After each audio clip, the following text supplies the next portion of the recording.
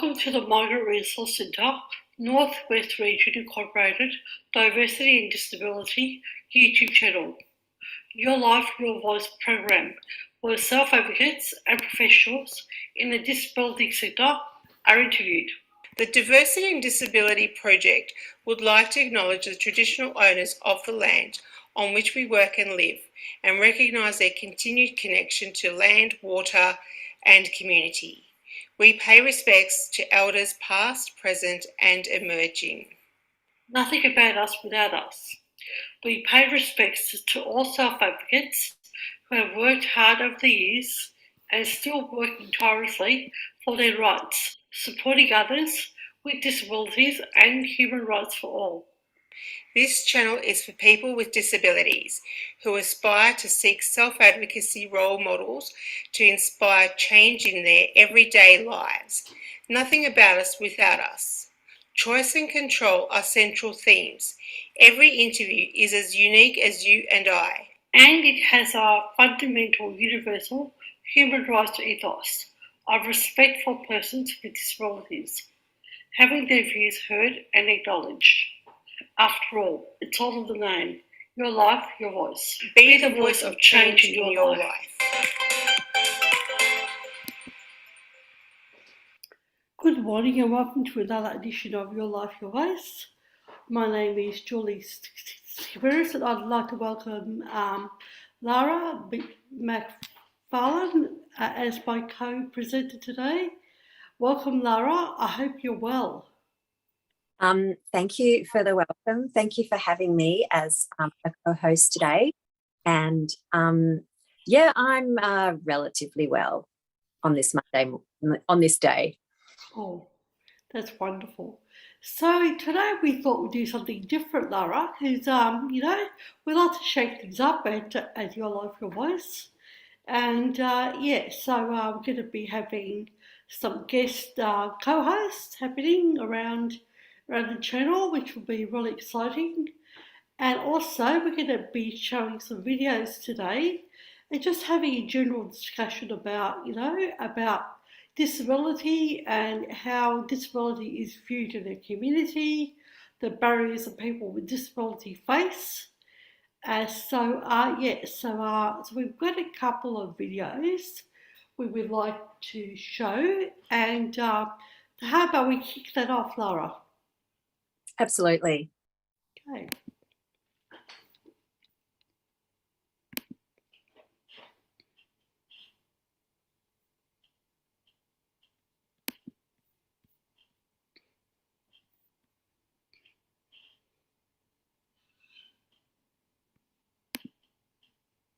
Talking to a stranger. I am a human being wanting to connect with others. I have the same right as everyone in the society.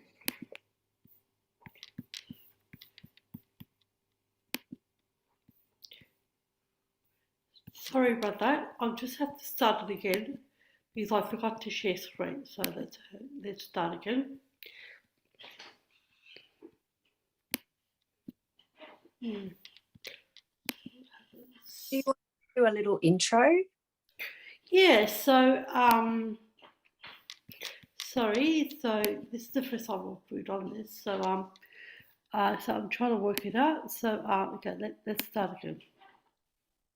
Do you want me to speak about this one that they're going to show? Well, just that it was I know that yeah, it was made a few years ago, so it's not brand new, but it's really good, and it's a short film about Christian Astourian, and it was made as part of the Dangerous Deeds project, which was a big collection of videos made about proud disabled people in Victoria, and I can speak more about that later. But I just wanted to give it a bit of context. So it was actually, you're going to show a different one right now, I think. No, I think this is the same one. a different one to the. Okay, what I'll do, I might have clicked the wrong. So, talking to a stranger, let's see what comes up now. It was about 2014. It was a while ago. Yeah, and it's set in Melbourne. You may recognise some Melbourne landmarks if you're from Melbourne and watching this. And there's a great little crew of people who worked with Christian. Sorry about that. Yep, go on. That's all really. Yeah, I mean, it's you're in for a treat because this is one of my all-time favourite. Well, it's one of my favourite videos from this particular project. But I also think it's very powerful and great. Okay, let's start it off. I am a human being wanting to connect with others. I have the same right as everyone in society, but need to fight more to make my rights respected. Why are you ignoring me? Why do you pretend I don't exist? If you look at me and start talking to me and listen to what I'm saying without being scared of not understanding, you will realize that we have much more in common than what you first thought.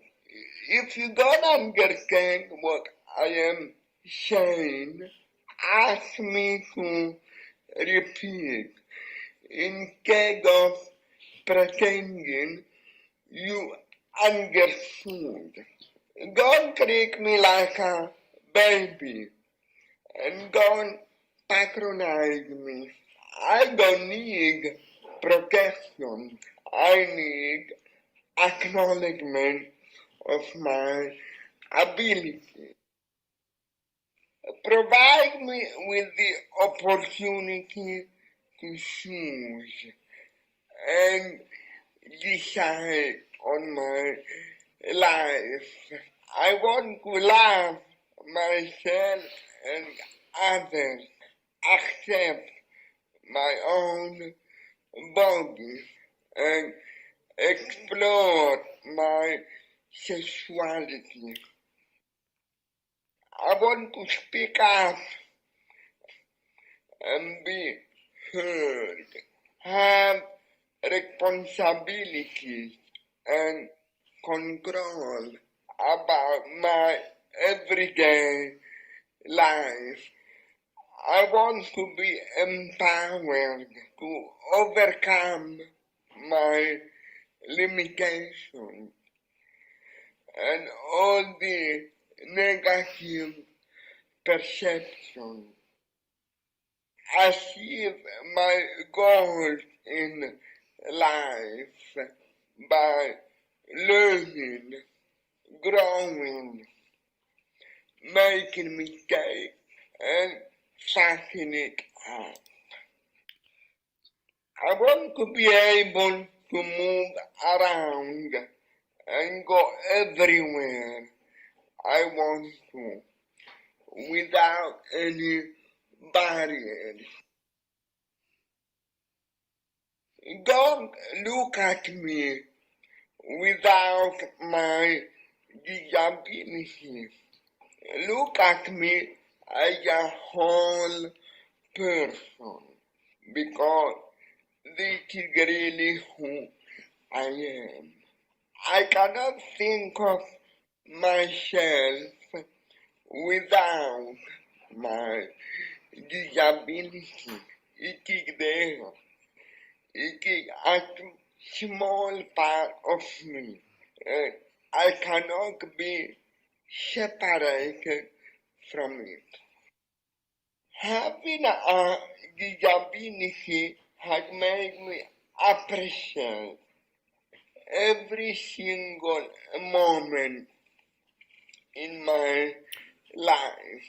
I'm always living my life in the fast lane by overcoming people's negative attitude and exceeding their expectations on me.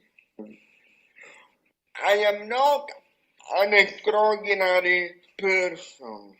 I am just an ordinary citizen looking for an ordinary life by fighting extraordinary circumstances to achieve it. Don't look at me like if I am an angel, because I'm not. I have the same need in my life as you do. Support me to fulfill my need rather than ignoring them, because they won't go away. What is my meaning of life? Making the most of each moment, be remembered and acknowledged, knowing that I have made even only one person breathe easier.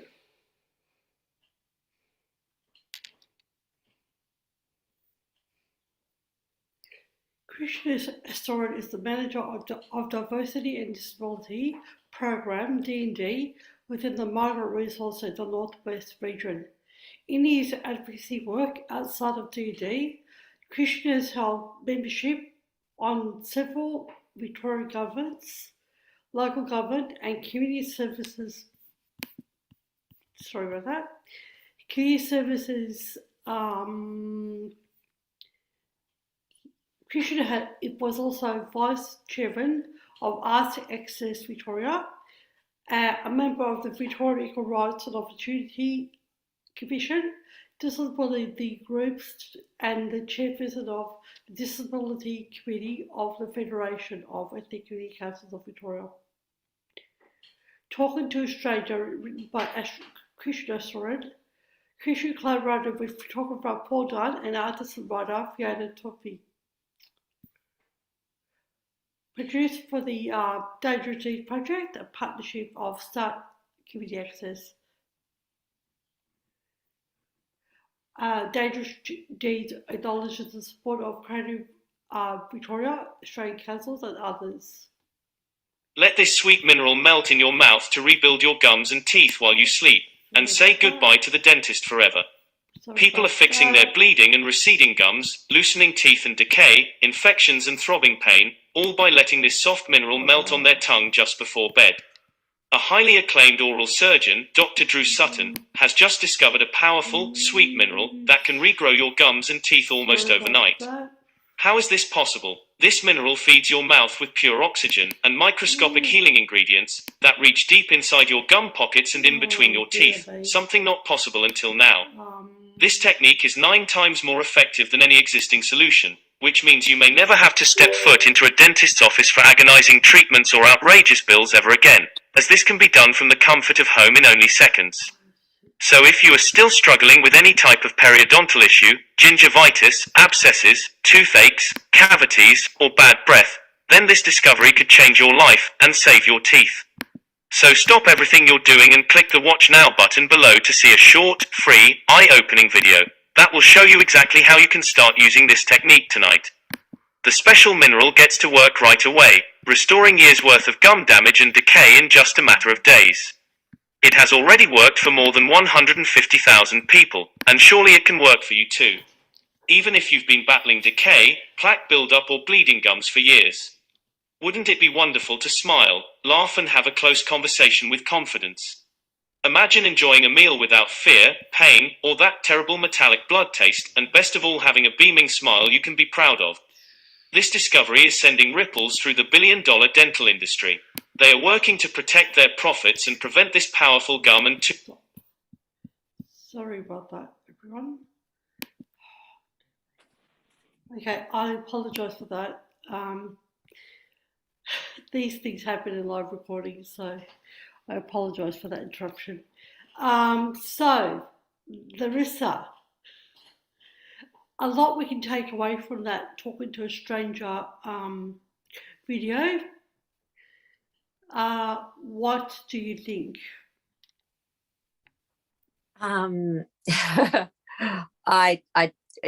My brain is just ringing a little bit from what's just happened. So I'm so sorry. That's our audience. I'm just acknowledging because our audience might also be feeling the same.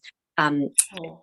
I have something called hyperacusis, which is not actually that uncommon, but very hard to get diagnosed. But it's common after a brain injury where you struggle with noise. That was it. So apologies to all our listeners, and hopefully we might be able to edit that out at some point. But yeah, there's so many takeaways, but I guess the first one I just want to say, and it's the obvious one, but I hear it so often in the projects that I've done and working with people with disability over many, many years, is I am a human being. And it's made me think, we have to just keep saying that. I mean, it's appalling we have to keep saying it, but that it is really a problem that disabled people are often not considered to be, or don't feel like they're being treated as if they're human beings. This is a really common issue. Yeah. But anyway, I do think that's a beautiful story, and it's a beautiful presentation of that Christian's given. I'm a bit mind blown, and I've got lots more things to say. What about you? Yeah, so as you know, and as my audience knows, we do a lot of work in the sector around groups with women with disabilities, and I know I've been ignored for medical, quite severe medical conditions, and yeah, you know. Some of my women that I work for with, it's they're primarily non-verbal, and I think there's a misconception. You know, we are people, we are human, we do have all the needs of everyone else in society. And I think for a lot of people, this is scary. It's a scary concept because I suppose by acknowledging that, how do we work with it and around it, and you know, and like eliminate abuse, and if people can't talk and all that sort of stuff. So it's like a minefield, and I've spoken to like pretty progressive parents of a young man with a disability who really wanted a girlfriend, you know, and so it was really hard for this person. It was a long time ago. Of course, I did Discover Australia for Easy English. We're just chatting away, and so it's really quite difficult for caregivers and parents to like, and even if they do recognise human needs, and that you know we are human and have all the human needs, to sort of like navigate their way around issues of, you know, respecting the adult children and respecting their needs, and how do they do that in a respectful way? Yeah, so it's a real challenge for society, I think. Um, it's interesting. I mean, Christian talked about that people are afraid, and that's something we often hear too. Like, I've experienced that. People are afraid of us somehow, and they also often aren't willing to. They make an assumption that we're not going to be able to be. They're not going to understand us. There's this sort of weird assumption because a Christian does have a challenging way of hearing, of speaking, and you and I understand him perfectly because we've known him for a while, and he's not that hard to understand. But I think that people, once they hear something different, they're like, oh, I can't understand. I don't know what he's saying. And it's actually the same I've experienced with me and other people who don't have the same speech differences, and that there's this, once they learn you have a disability, it's like, oh, I'm not going to be able to understand you. And so you get these blank faces where people just can't understand, and you think, am I speaking a different language? No, I'm speaking English, but because they've already put up a picture of who I am suddenly unintelligible. And I think it goes to this idea of that. So interestingly, this film that we just watched with Christian was made in 2014. And when I was watching it the first time, it reminded me of Stella Young. Well, actually, some of the things he said made me think, oh, I should look at Stella again. So Stella Young also did a TED Talk in 2014, same year. And very similarly, they're talking about very similar things.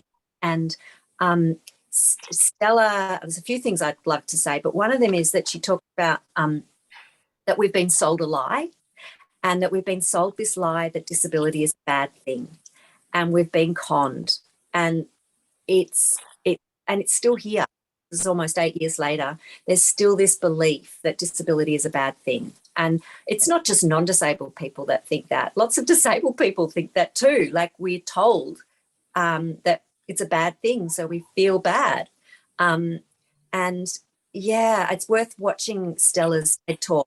Is again only about 8 or 9 minutes long, and alongside the film with Christian, because Christian also talks about being ordinary, and that he's not extraordinary, he's not exceptional, he's living an ordinary life.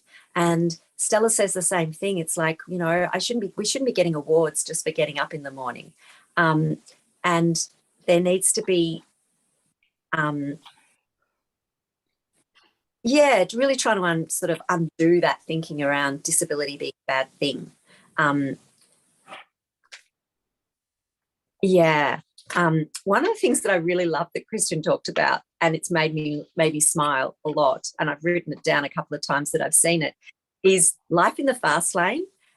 That he talks about, he spends life in the fast lane, and I was like, really? What sort of fast lane? And then he says, I spend my time overcoming negative attitudes and low expectations, or expectations of other people. And I was like, yeah, he is so right. It's not the life in the fast lane of living in Hollywood glamour. But as disabled people, we do spend so much time trying to combat or trying to deal with the attitudes of other people. We call that ableism and discrimination, but just the attitudes of other people that see us as lesser. And then we have to challenge that and combat that and try to work it out in ourselves when we go home at the end of the day and we've just been treated like we're not a human being and we're a piece of shit. Then, that's all really big stuff. And it's not the glamorous life in the fast lane, but it's certainly a huge life we lead. And I suppose it points to the fact that disability isn't located in our body. Disability is located in society, and it's the attitudes that make life hard. Yeah. Well, I'm from a culturally and linguistically diverse background, and look, compared to my siblings, I actually have lived life in the fast lane, because this is really bizarre, because I've been a doer, family business background and expectations, and I wasn't cut out to be a waitress. I wasn't cut out to be a person that is speedy. One of my nicknames is quite cruel, was Speedy Gonzalez, and it was meant to demean me, and so I had to figure out a way around this perception. Look, I don't think the perception really changed. Just that I was determined to do other things and to live life in the fast lane, on my own terms. Like Christian said in the video, uh, I was a learner and I had to learn how to do things differently. Had to learn what my skill sets were, and to work with what I had rather than what people were trying to make me do. And I wasn't, like, I've got motor issues, yeah. So it's culturally accepted that women have to learn how to sew, how to clean, how to do certain things, and I wasn't cut out for that. So, but as it turned out, I went out on to do extra education, and I worked in the public service, and I became rather successful in that area. And then I was made redundant, and I had to learn how to live life differently, and had to find another career. That took me another 20 years to find a career, and lots of health issues along the way, lots of discrimination, family discrimination, discrimination with the workforce, because I was applying for jobs, getting interviews, and being rejected. So I had to learn a new way of being and living, and I went through quite a big health issues along the way, which stopped me from working. And looked after elderly people that were really sick. So yes, my life was actually lived in the fast lane, literally and figuratively. Yes, so I like his analogy there that it's a different way of looking at the fast lane, and it's a I feel like it's a secret way of saying, the world is ableist. Instead, it's saying, we're living life in the fast lane, ha ha ha. Bit tongue in cheek, but there is lots of humour and in Christian, which I really value. The other thing that I found interesting was about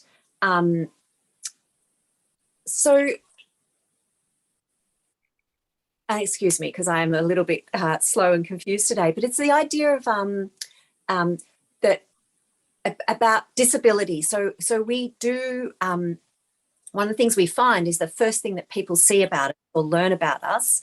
I mean, particularly if you have a very physical and obvious visible disability, is that that's the first thing that people see, and it's the only thing that people see. And so Chris spent a lot of time going, I am more than my disability. Like, I do all these other things just like you. I get out of bed. Yes, it's different. I go to work. Yes, I have to go about it differently, but I'm still doing the same things. And again, this is something, you hear a lot, that, that people feel like they're just written off, that that's just their disability and they can't be anything else. Like they can't have a sex life, for example, or they can't have a job, because as we know in this country, employment is not easily accessible for disabled people because of the barriers in society. Or be a manager. Sorry? Or be a manager of a relatively complicated system. That's right. I mean, in the news, in the current at the moment, is they're looking for chairs and CEOs for the National Disability Insurance Scheme, and we're all saying, just employ a disabled person. And all the non-disabled people are going, oh, but they're not good enough. How could they possibly do that job? And it's this assumption, again, that we can't be managers or CEOs. And whilst there are barriers to doing that because of lack of access to education and training, but a lot of it is also the attitudinal issue, that even though there might be lots of CEOs who are sitting in the room who are disabled, it'll still be in our heads, oh, there can't be anyone, because we have this attitude that disabled people can't do that.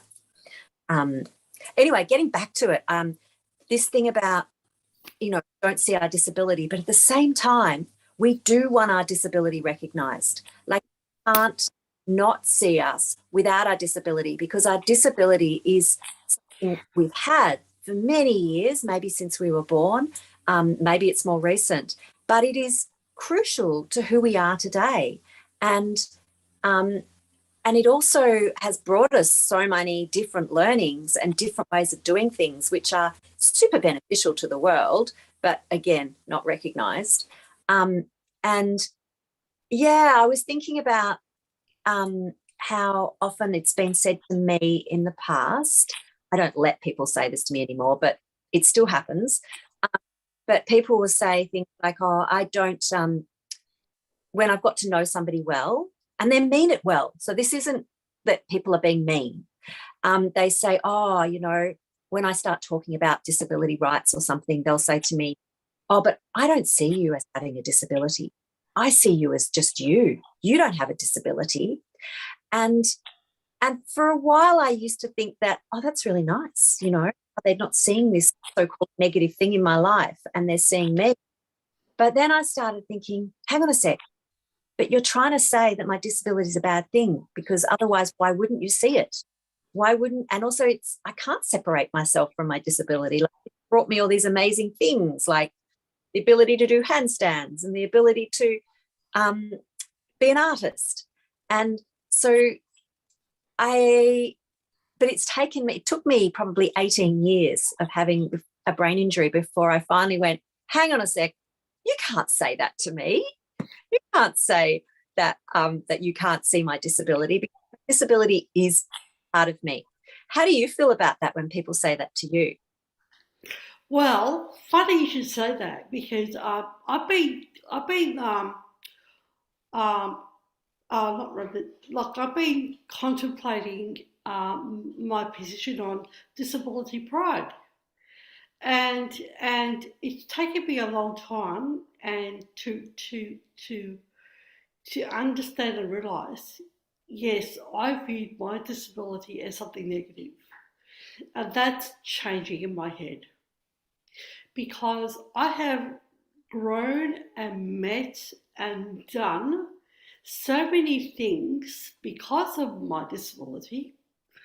And for me to say my disability is a big thing now, well, it's not a big thing now, but it was before, because I just thought myself as a me, like, because I've been living this life since 6 months old. So I used to think, what are they talking about? I've accomplished everything that everyone else has, and more, because of discrimination, because I had to, battle barriers and, all sorts of things. So realistically, I've done more than so-called able persons. And I'm just starting to realise that, yes, I in the recent past even, I viewed my disability as something negative. And so I had to come to terms with that.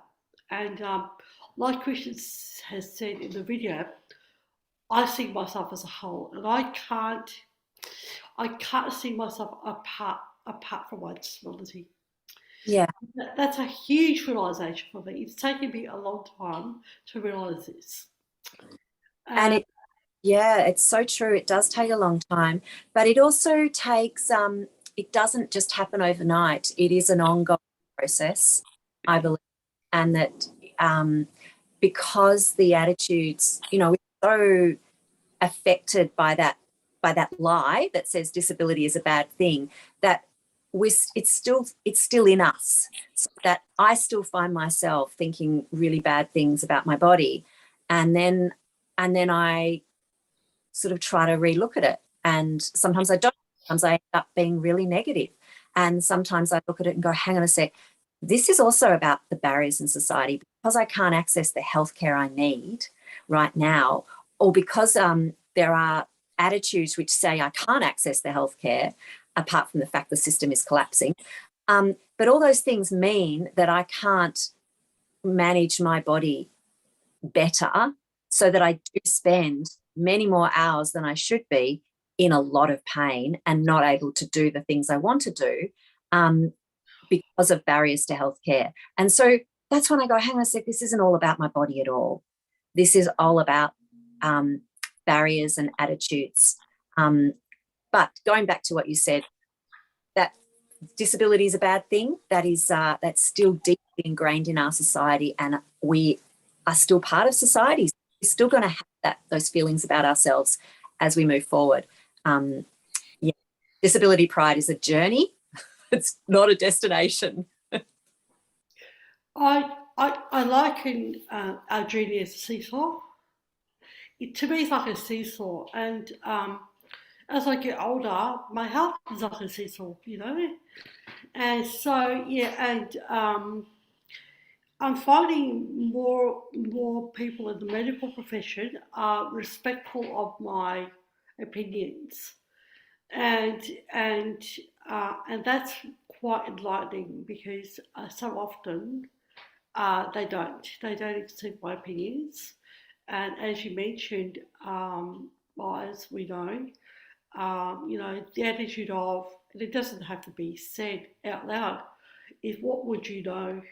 What would you know? You know, and quite a bit apparently, because, you know, as self advocates, we've had to advocate for ourselves for a long time. And so I always default to the person. What do you think? What would you like to see your life to look like? You know? It's all about, you know, making systems better, and we're often quite called upon to give our opinions on, you know, maybe public transport or the medical system, or how the social model of disability, and yes, so South Africans have done a lot to break down barriers for others that come after us. Maybe for those who can't speak up, yeah?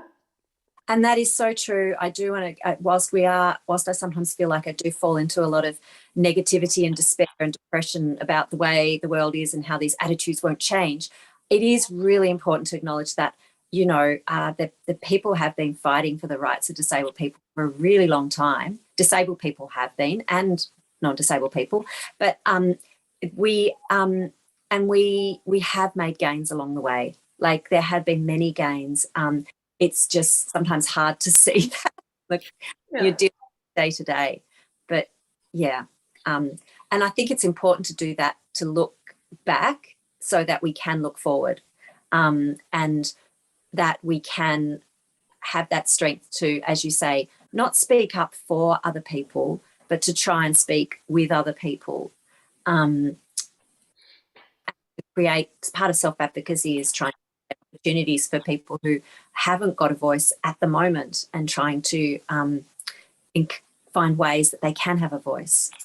That group self-advocacy movement motto for me is that idea of working together and creating opportunities for others. Yeah. So a long time ago, I was quite critical of the hospital, and I was asked whether I wanted to speak to some student doctors, and they're doctors by now. So, and the topic was communication. That was their topic, and I couldn't speak very well because I was quite ill, and I had to spell words out, and I had to communicate differently, and I managed to tell them what happened in my awful experience in the emergency department. I was nearly sent home to basically die because a few days later my bowel burst and I was quite critically ill. And I said to them, so when you are doctors and you're under pressure, and someone like me comes to you, and what are you going to do? Are you going to like dismiss them and be cruel to them and not take them seriously? And they said, oh no, we will never forget you. There was one male and one female. And, and so you're planting a seed in their head. And I think that's important. And who knows what will happen down the road, yeah? Through pressures the health system collapsing and all sorts of things. But the seed has been planted in their minds as student doctors. Yeah, I support you in that, but at the same time, I also want to voice that it isn't our responsibility as disabled people to educate non-disabled people. Like, I think when we feel like we can, go for it, do it, but it isn't our responsibility. It isn't our, and I think that yeah, Maybe not responsibility, but I think that if we can, we have a role to play. yeah, but I think because I think that taking on that role, especially if you're alone, you're an individual, you haven't got the support of your peers, as you might be in a hospital. I mean, sometimes you just have to. But if you're sitting on a committee and you haven't, you're the sole disabled person. I mean, maybe you've made a decision to take on that educative role, but at the same time, you don't. It can be really hard work. It can be harmful. It can be. You can face. It's the emotional labour of, they call that the emotional labour, but that involves, you might be trying to educate someone or talk to them and they're just coming back with a whole lot of bad ideas. Disability is a bad thing, and it may involve subsequent discrimination or bullying, and sometimes and this is hard work. And we don't it's not like going to a job 9 to 5, do your thing, come home and put it behind you. When you're talking about your lived experience and advocating around that, there is, it's not something you turn off from. So I suppose I just want to acknowledge that there is a great amount of emotional labour that comes with being a self-advocate and trying to do education around disability, and that you also have the choice not to do it. Like, you and I can't help ourselves, and lots of people can't help themselves, and we keep doing it. But I think we also can burn out.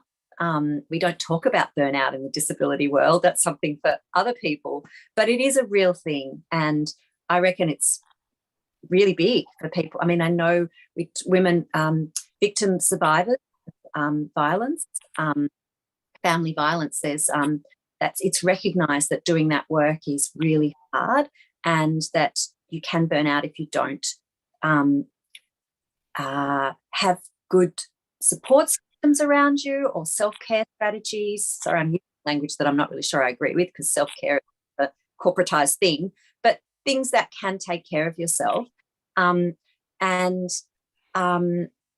I think we're yet to talk about that or see that much when it comes to doing disability advocacy or disability activism, that it is really emotionally hard work, and it's good to be seeking support from your peers, not doing it alone, which is really hard because in COVID we are not, it's much harder to come together. Yeah.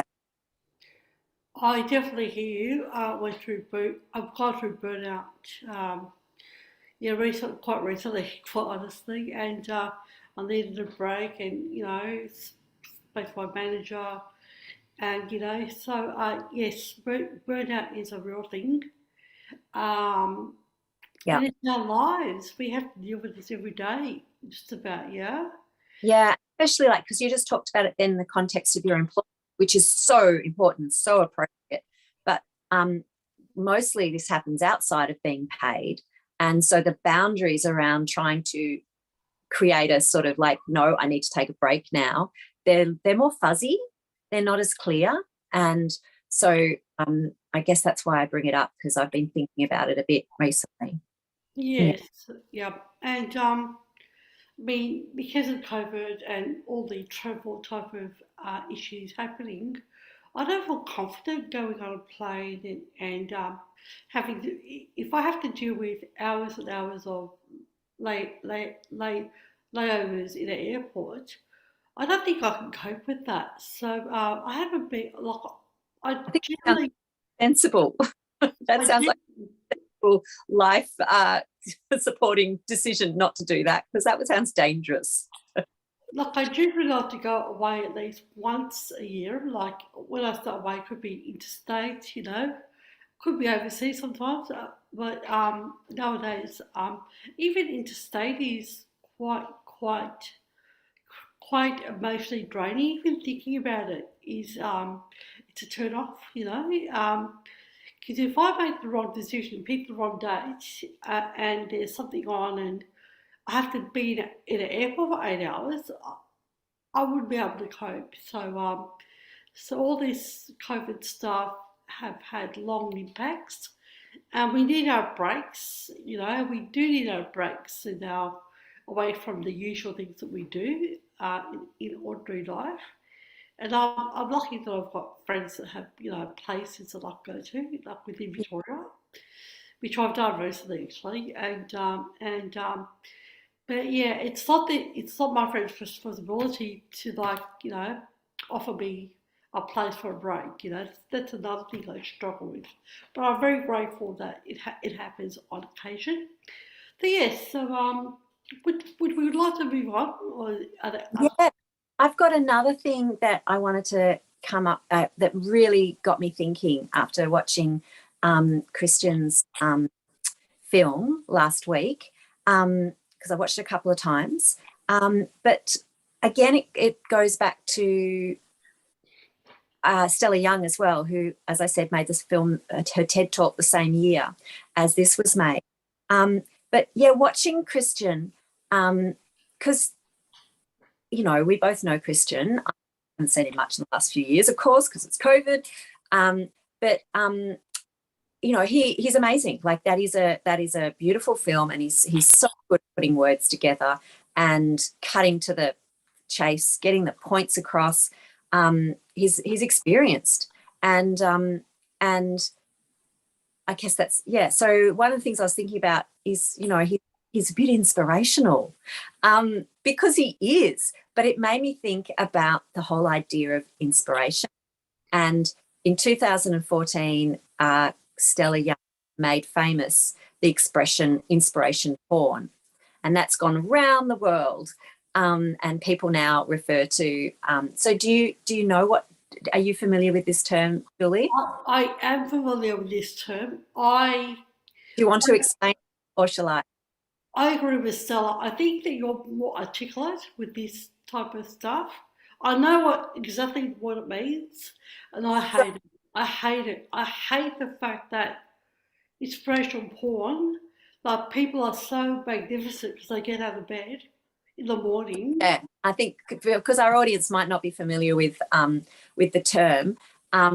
So it is the idea that it goes back to, because disability is a bad thing, people are used to seeing, when they see a disabled person, they immediately think they must be inspirational, because they got out of bed, as you say, or we're a tragedy. There's sort of that dualistic way of thinking. We're one or the other. We can't be a full human being. We're either this inspirational Paralympian or this inspirational person in a wheelchair who is going down the street and they got out of bed, or yeah, we're a tragedy that is just to be.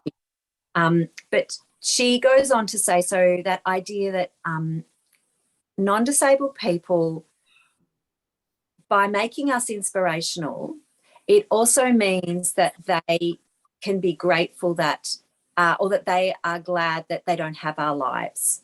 So that inspiration from the fact that they are not us, and this more of this othering goes on. Is this other people over there? She, of course, explains it way better than I am. So I really recommend you look at her TED Talk. And I mean, she's basically saying disability in itself doesn't make you exceptional at all. We are just everyday people. But the way you think about disability, that might make you exceptional. And I guess in this case, I am comfortable saying that Chris is inspirational for me, because he has inspired me along the way.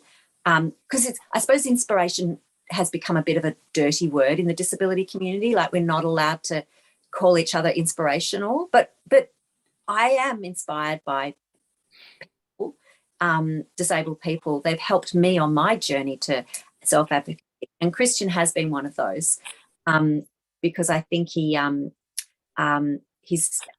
worked really hard, and he has had lots of experience through working really hard, and has learned how to speak so eloquently about his disability, and that inspires me. Like, he speaks with strength and pride about himself, and and also talks about it in a way where it's not just him. This is a big issue, and his story is relatable to me. Even though we have wildly different disability, he lets me know that the barriers we face are actually really similar.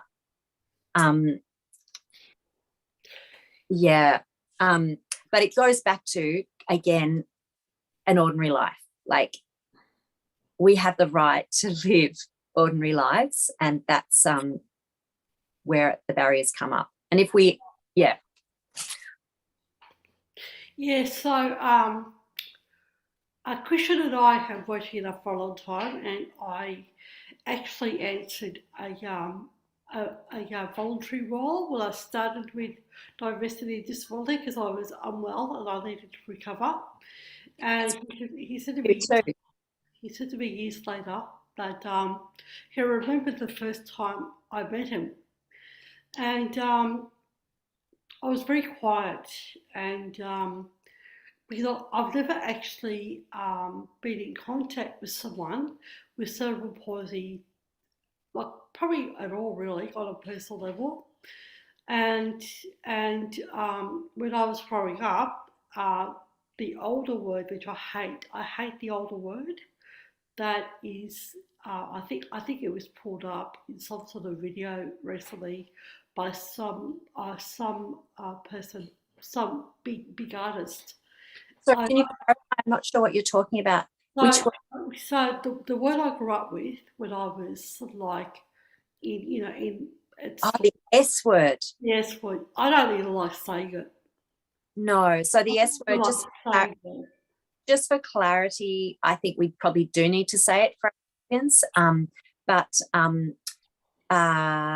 the word is spastic or spaz, and been used as a slur against people, particularly with cerebral palsy, but basically lots of disabled people with physical disability.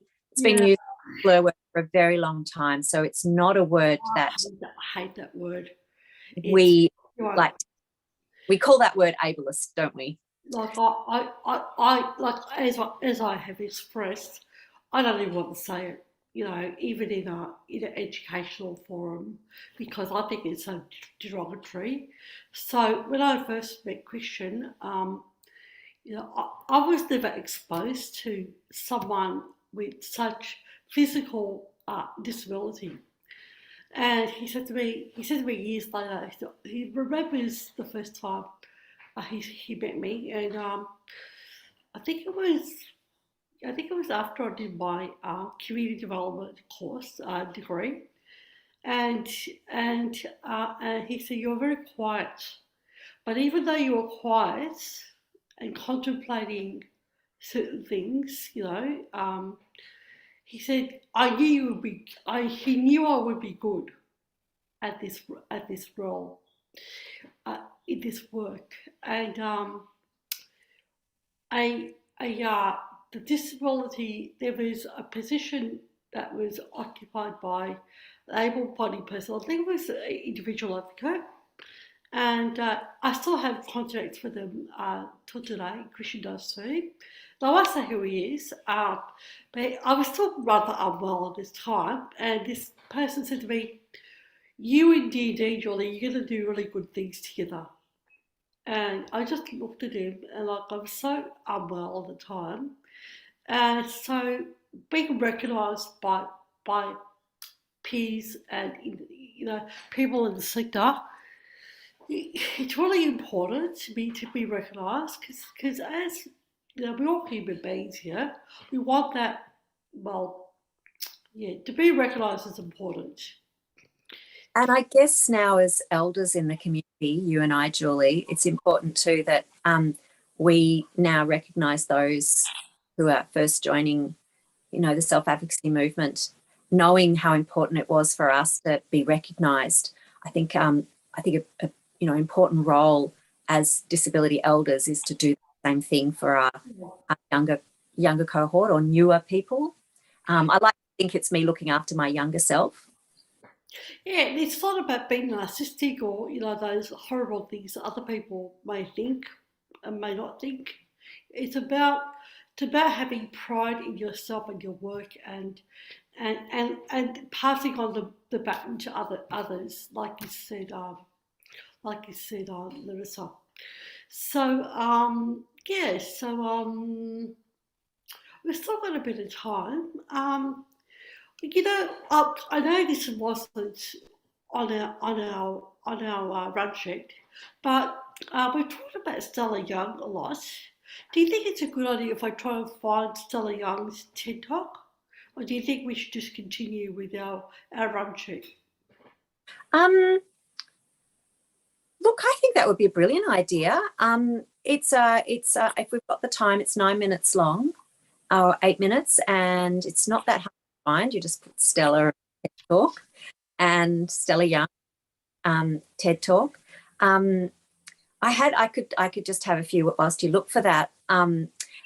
Little bit of a personal rant, but it's not that personal. But one of the things of watching Christian's video made in 2014 was that he refers to choice and control, which is so important in our lives, that that everyone has the right to choose and have that control in their life.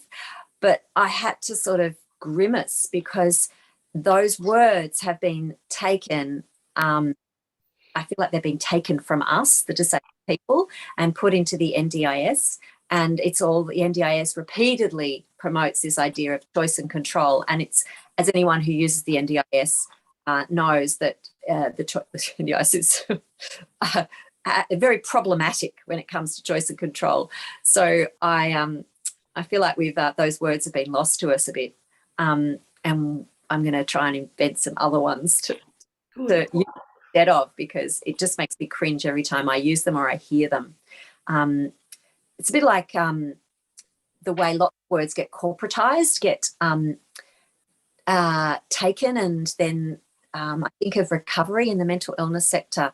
Recovery was this word that was, for a long time, people with mental illness were just written off and told they'd be mentally ill forever, and there was no hope, and that meant, therefore they didn't get access to any the good things in life, like employment or training or education or leisure, because there was no hope for us. And so the mental illness self-advocacy consumer invented recovery, and just show that people with mental illness could recover. And recovery didn't mean you just threw out your mental illness, you got over it. It was about learning to live with your mental illness and learning to live in a way where there was some goodness and joy. You were reclaiming your madness.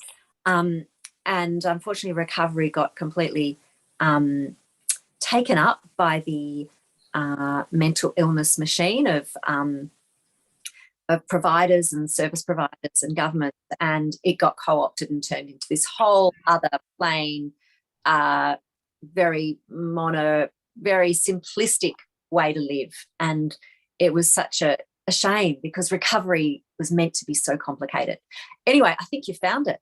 I have, yes. Sorry, I'm giving you signs. What you say is terribly important, so I didn't want to cut you off. So I have found it.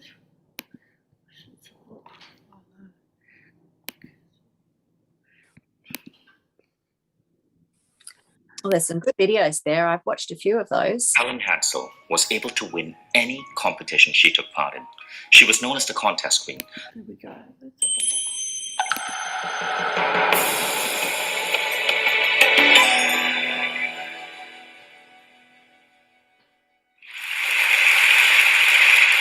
I grew up in a very small country town in Victoria, I had a very normal, low-key kind of upbringing.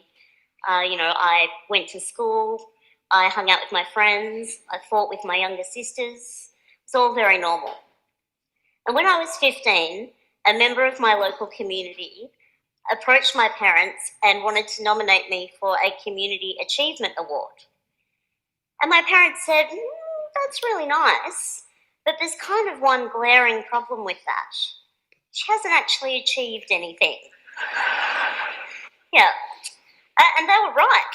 I went to school, I got good marks, I had a very low-key after-school job in my mum's hairdressing salon, and I spent a lot of time watching Buffy the Vampire Slayer and Dawson's Creek. Yeah, I know, what a contradiction. But they were right. I wasn't doing anything that was out of the ordinary at all. I wasn't doing anything that could be considered an achievement if you took disability out of the equation. Years later, I was on my second teaching round in a Melbourne high school, and I was about 20 minutes into a Year 11 legal studies class when this boy put up his hand and said, "Hey, miss, when are you going to start doing your speech?" And I said, "What speech?" I'd been talking to them about defamation law for a good 20 minutes. And he said, like your motivational speaking. When people in wheelchairs come to school, they usually say, like, inspirational stuff. Yeah. It's usually in the big hall. And that's when it dawned on me. This kid had only ever experienced disabled people as objects of inspiration. We are not, to this kid, and it's not his fault. I mean, that's true for many of us. For lots of us, disabled people are not our teachers or our doctors or our manicurists. We're not real people. We are there to inspire.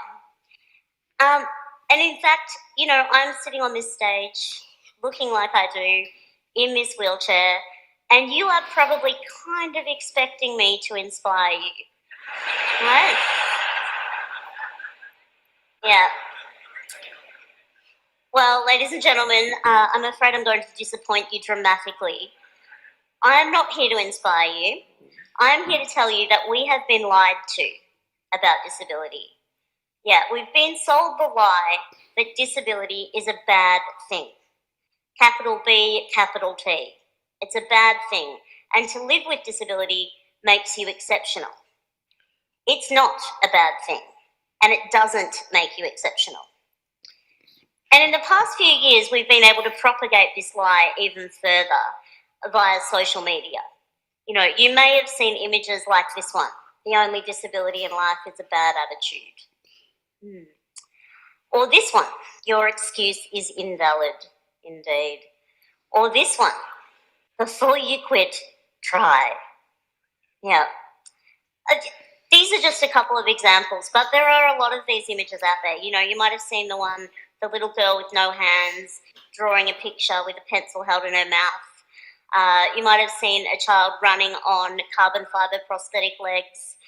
And these images, there are lots of them out there. They are what we call inspiration porn.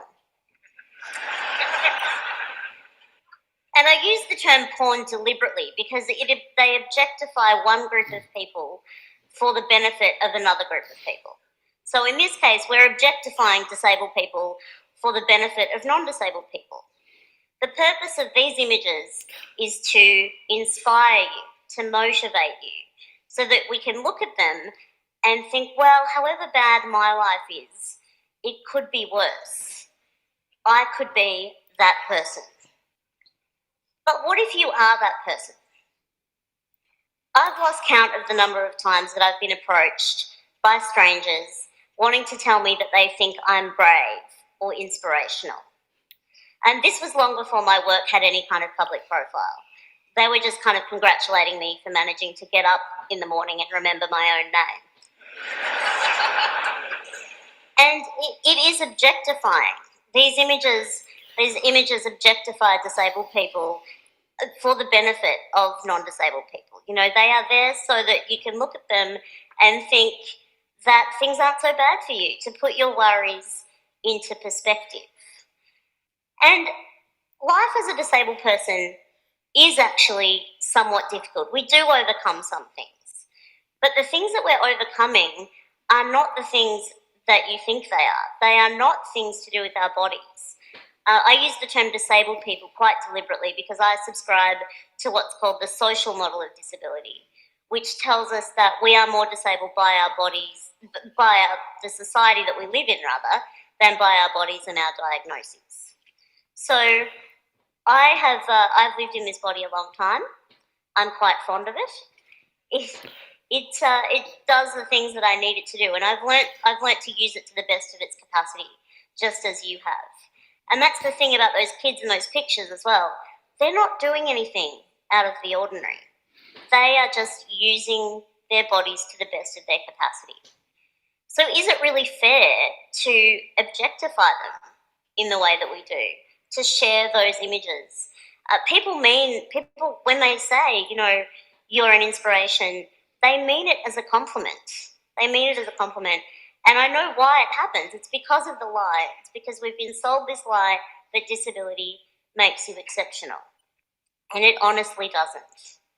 And I know what you're thinking. You know, I'm up here bagging out inspiration. You're thinking, geez, Stella, aren't you inspired sometimes by some things? And the thing is, I am. I learn from other disabled people all the time. I'm learning not that I'm luckier than them, though. I am learning that it's a genius idea to use a pair of barbecue tongs to pick up things that you drop. I'm learning that nifty trick where you can charge your mobile phone battery from your chair battery. Genius. We are learning from each other strength and endurance, not against our bodies and our diagnoses, but against a world that exceptionalizes and objectifies us. I really think that this lie that we've been sold about disability is the greatest injustice. It makes life hard for us.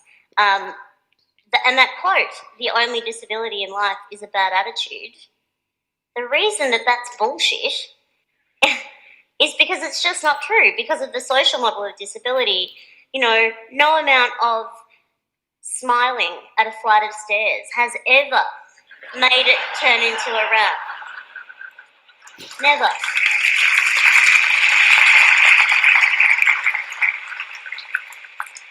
You know, smiling at a television screen isn't going to make closed captions appear for people who are deaf.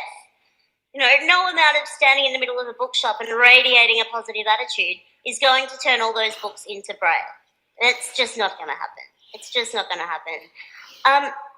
I really want to live in a world where disability is not the exception but the norm. I want to live in a world where a 15-year-old girl sitting in her bedroom watching Buffy the Vampire Slayer isn't referred to as achieving anything because she's doing it sitting down. I want to live in a world where we don't have such low expectations of disabled people that we are congratulated for getting out of bed and remembering our own names in the morning. I want to live in a world where we value genuine achievement for disabled people. And I want to live in a world where a kid in year 11 in a Melbourne high school is not one bit surprised that his new teacher is a wheelchair user. Disability doesn't make you exceptional, but questioning what you think you know about it does. Thank you.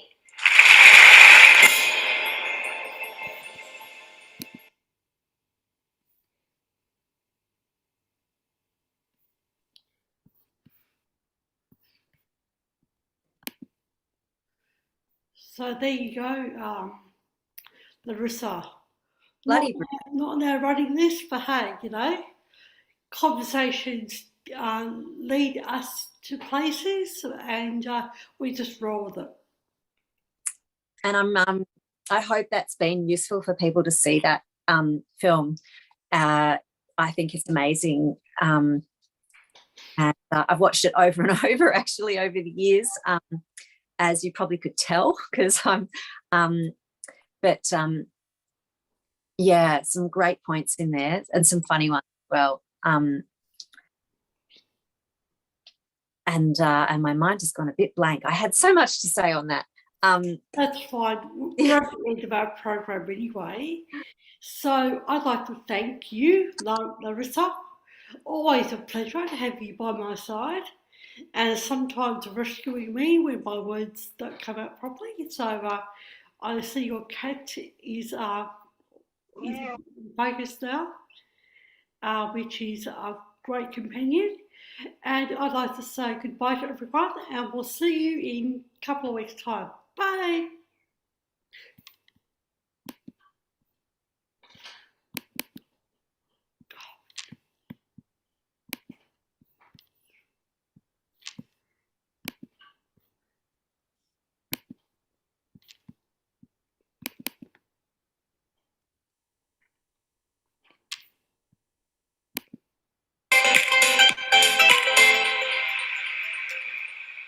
Catch us on Your Life, Your Voice YouTube channel live every Monday fortnight or on demand.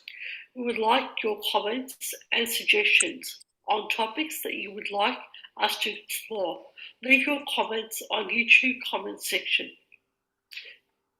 Please feel free to email us on dndyourlifeyourvoice@gmail.com or contact us via the Migrant Resource Centre Northwest Region Inc. Phone number 1300 676 044. 1300 676 044. Diversity in Disability is a project of the Migrant Resource Centre Northwest Region Incorporated, and would like to thank the management for funding this project, especially living through the COVID-19 pandemic. The pandemic has been difficult for people with disabilities living in isolation.